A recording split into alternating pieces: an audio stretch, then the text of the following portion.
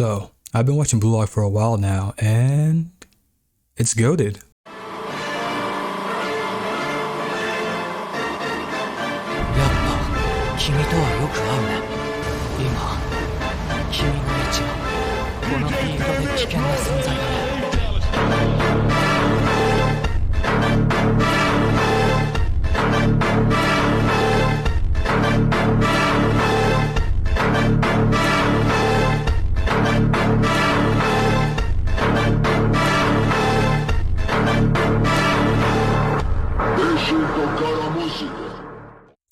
Now, how is this goated, you might ask? Well, just imagine if was an anime. The show starts off with our main character Isagi, who wants to be the greatest striker in all of soccer. Apologies to the international viewers. It's called soccer in America, and I live in America, so that's what we're rocking with. But anyway, I think the striker is like something similar to the shooting guard would be in basketball terms, only because the premise of the show is about scoring the most goals as a player. And I'm only using basketball terms because I myself am a hooper. I've never played soccer, but with that being said, I freaking love the show. The whole theme throughout the show is pretty much having that dog inside of you, and let me tell you, some of these niggas are different. Now, other sports animes like Kuroko and Haikyuu definitely have characters that have that dog in them, but this show, nah, imagine if everybody had their own quirk like in My Hero, but instead of using them to throw hands, we use them to get buckets. We also throw hands though. The show starts up with Isagi losing his high school playoff game to Kira Yoshikawa, I mean just Kira, and he lost because he decided to pass to his teammate instead of going for the one-on-one against the goalie, and I know he fell out of LeBron James last season because his teammate misses the wide open shot.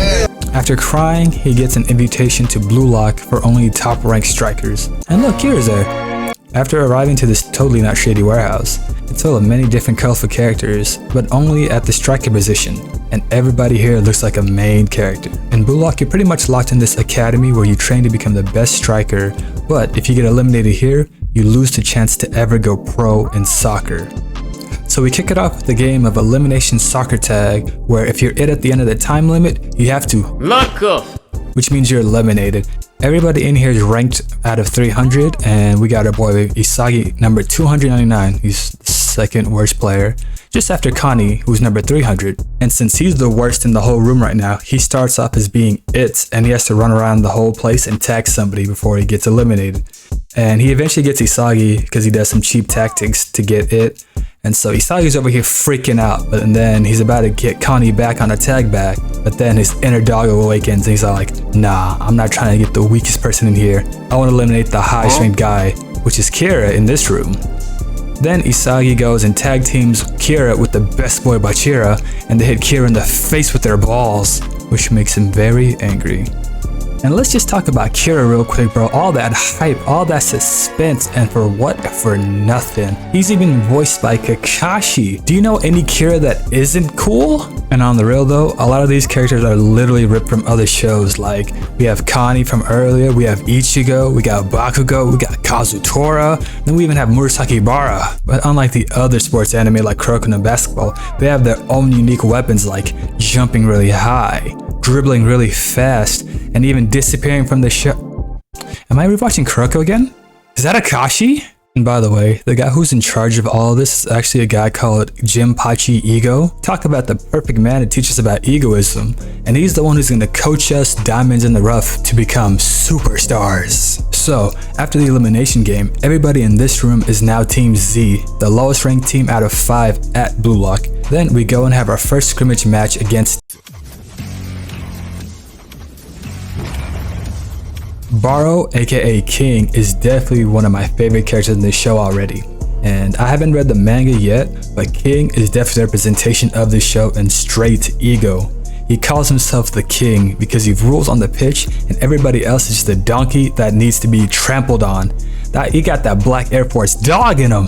Matter of fact, he was so disgusted with Isagi, who passed the ball against him in a one-on-one, he literally called him a pussy, and Isagi was low-key about to cry about it too. Oh, and by the way, these second scrimmages are also elimination matches. And out of the 5 teams you have to play, you can't lose more than 2 times or else you get eliminated. But you can go ahead and save yourself if you have the most goals on your whole team. So Team X easily destroys us, but Isagi had a really nice assist to Ichigo, who hit the crazy Getsuga 10 goal.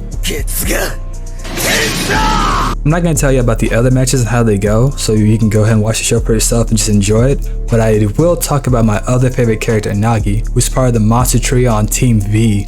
He literally started playing this year, and he's actually a soccer genius, and he's already the best player in the whole show. He's a monster in the field who can literally get a goal whenever he wants, but he's actually so good at the game that he's lazy and doesn't try because everybody else is just so bad to him.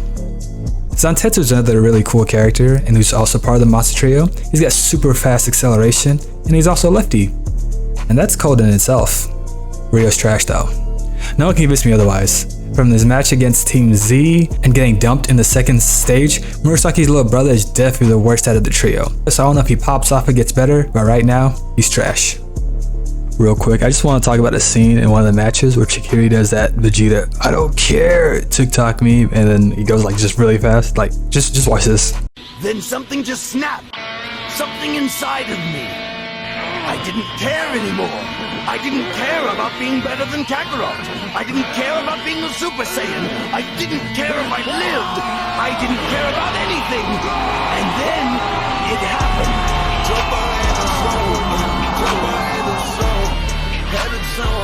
The show is just so over the top, I love it. Let's go and talk about what else makes the show just so amazing. The music is just amazing. If you watch the show, you know what I'm talking about.